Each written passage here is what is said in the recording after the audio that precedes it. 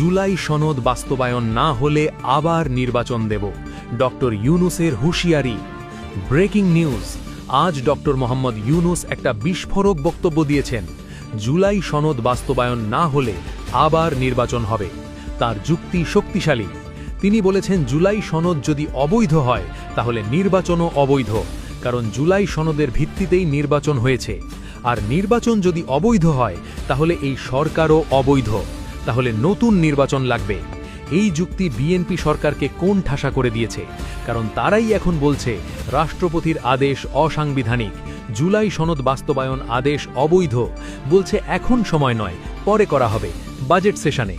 এই যদি হয় তাহলে আমার প্রশ্ন, যে আদেশ অবৈধ সেই আদেশের ভিত্তিতে গণভোট কিভাবে বৈধ?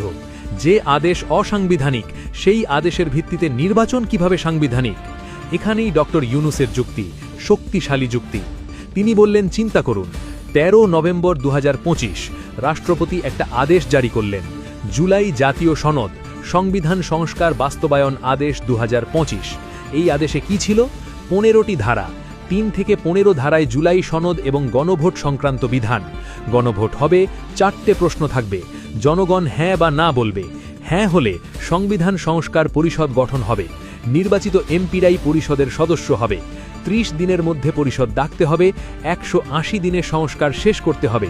সব লেখা আছে, পরিষ্কার। এই আদেশের ভিত্তিতেই 12 ফেব্রুয়ারি নির্বাচন এবং গণভোট হলো।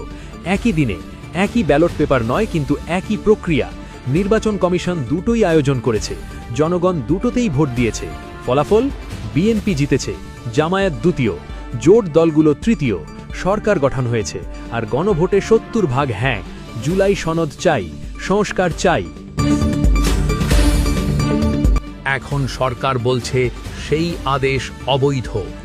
স্বরাষ্ট্রমন্ত্রী সালাহুদ্দিন আহম্মদ 12 মার্চ সংসদে বলেছেন, এই আদেশ না অধ্যাদেশ না আইন, মাঝামাঝি কিছু, নিউট্রাল জেন্ডার, অসাংবিধানিক, সংবিধানের অনুচ্ছেদ 93 লঙ্ঘন। রাষ্ট্রপতি অধ্যাদেশ দিয়ে সংবিধান পরিবর্তন করতে পারেন না। এই আদেশ বাতিল হওয়া উচিত। হাইকোর্টে রিট হয়েছে, শীঘ্রই বাতিল হবে। ডক্টর ইউনূস বললেন, ঠিক আছে, মেনে নিলাম, আদেশ অবৈধ, কিন্তু তাহলে সেই অবৈধ আদেশের ভিত্তিতে গণভোট কিভাবে বৈধ? নির্বাচন কিভাবে বৈধ? যদি আদেশ অসাংবিধানিক হয় তাহলে গণভোট অসাংবিধানিক, নির্বাচন অসাংবিধানিক। আর যদি নির্বাচন অসাংবিধানিক হয় তাহলে এই সরকার অসাংবিধানিক, এই সংসদ অসাংবিধানিক, এই প্রধানমন্ত্রী অসাংবিধানিক, সবকিছু অসাংবিধানিক। তিনি থামলেন। সাংবাদিকরা স্তব্ধ। কি শক্তিশালী যুক্তি, একদম যৌক্তিক। সরকার যদি বলে আদেশ অবৈধ, তাহলে তাদের নিজেদের বৈধতাই প্রশ্নবিদ্ধ, কারণ তারা সেই অবৈধ আদেশের ভিত্তিতেই নির্বাচিত। একজন সাংবাদিক প্রশ্ন করল, স্যার, তাহলে সমাধান কি? ডক্টর ইউনূস হাসলেন, বললেন, সমাধান সহজ, হয় জুলাই সনদ বাস্তবায়ন করুন, সংবিধান সংস্কার পরিষদ ডাকুন, গণভোটের রায় মানুন, জনগণের রায় মানুন, তাহলে সবকিছু বৈধ, সরকার বৈধ, সংসদ বৈধ, সবাই খুশি। নয়তো আবার নির্বাচন দিন, নতুন নির্বাচন, এবার জুলাই সনদ ছাড়া, এবার শুধু সংসদ নির্বাচন, গণভোট নয়। দেখা যাক জনগণ কি বলে, তারা কি আপনাদের আবার ভোট দেয়? সাংবাদিকরা আরও উত্তেজিত। একজন জিজ্ঞেস করল, আপনি কি সত্যিই নতুন নির্বাচন চাইছেন? ডক্টর ইউনূস বললেন, আমি চাই না, কিন্তু যৌক্তিকভাবে এটাই উচিত।